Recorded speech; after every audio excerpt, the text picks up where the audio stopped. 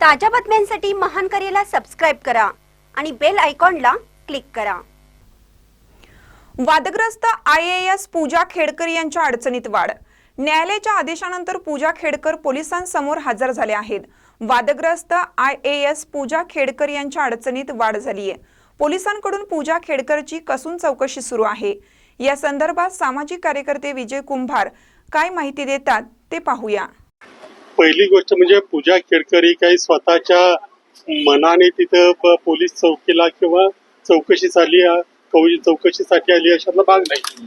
दुसरी गोष्ट, कुठलाही आरोपी जोपर्यंत कोर्टात शिक्षा होत नाही तोपर्यंत आपण गुन्हा केलाय असं कबूल होत नाही आणि माध्यमांसमोर ती काही आपण केलेले गुन्हे कबूल करेल अशी सुतराम शक्यता नाही।